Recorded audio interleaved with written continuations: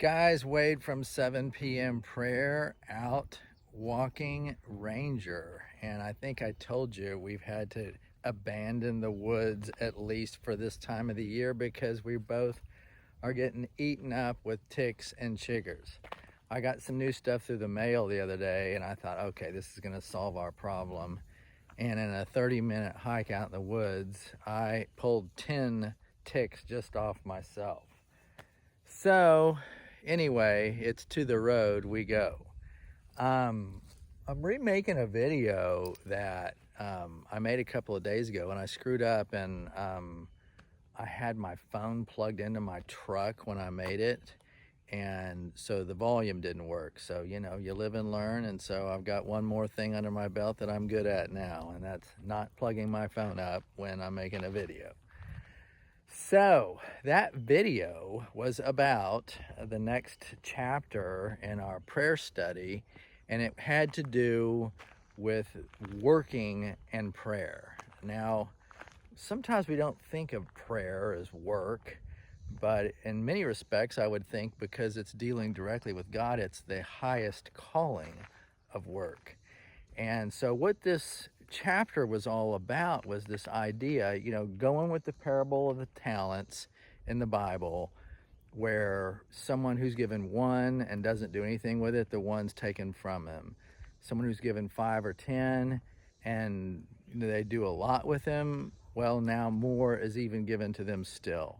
And so I think quite oftentimes, I mean, I know you've had these thoughts like I have, where it's like, gosh, you know, it seems like back, you know, right around the time when the disciples were here, or you hear stories in the past, and it seems like there were these amazing prayer things, and I just don't see a lot of really dramatic stuff happening with prayer at times. And of course, I think a lot of times our answers aren't dramatic or something that would make, you know, for good TV. But there's real nonetheless. But I think in many cases, and the thought that came to me as I was just trying to figure out how to put this out there was like, let's pretend that prayer was the climbing of a mountain, and that God's job was to sit at the bottom of the mountain and dole out supplies for people who were going to take the 40-mile trek up the mountain. Now, if there's a whole bunch of people that don't even bother to show up, so they don't need any supplies. But then if, you know, you show up and God knows you're someone who's kind of going to go, you know, a half a mile up the mountain, and then you're going to get distracted with something and kind of take a side trail, and, you know, at the half mile mark and go on down the road, then God loading you up for the 40-mile hike would be somewhat ridiculous and even irresponsible on his part, because you don't need what is necessary for a 40-mile hike. So it's just a lot of extra baggage for you. So anyway, I think for a lot of us, you know, when you look at how people lived back in the day, think about, like, let's go way back, like King David. I mean, think about the number of distractions that he had as an individual. I mean, even music was something that was played on a rare occasion when people had actual instruments in front of him. There was no TV. There were no, you know, all these different forms of communication. Hey, Ranger, let's go this way. So the ability to be focused as an individual was much greater then. And so I'm not trying to make excuses for us. I'm simply saying that, you know, we have a lot of distractions, and a lot of those distractions keep us from being the prayer warriors that we could otherwise be. And so if we expect God to load us up with 40 miles worth of provisions so that we can really be the prayer warriors that we need to be to climb that mountain, but we really kind of just do the bare minimum, and we kind of, hey, I'm still here, Ranger, don't worry.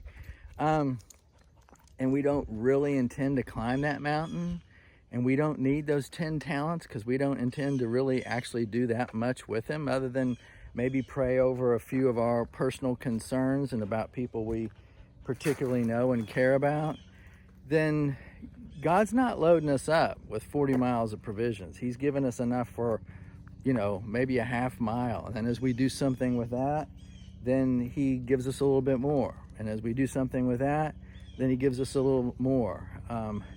So I also recognize that, and I'm not certain of this, but I feel like I'm right. And that is that God sometimes is doing us a favor and almost giving us a chance to have more of a reward, if you will, by not just constantly showing up in some kind of, having some kind of a supernatural experience every day, because at that point, why would you need any faith?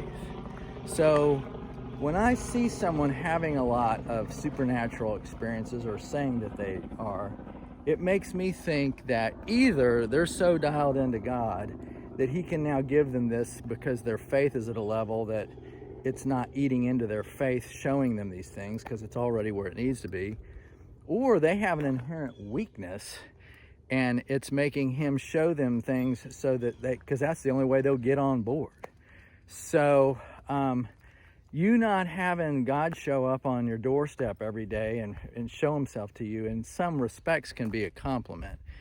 But on the flip side of that, we all have room to grow.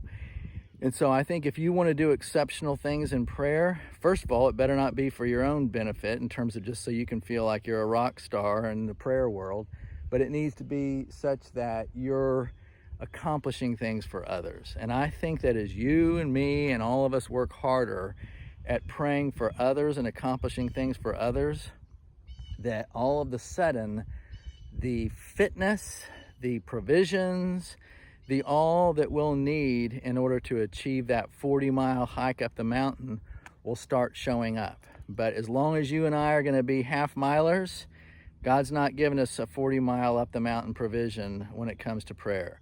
So you think about that and see if you agree with me on it. But I think that that's a lot of why a lot of people have trouble seeing results in prayer these days. So 7 p.m. tonight, all Christians praying together. I appreciate you guys.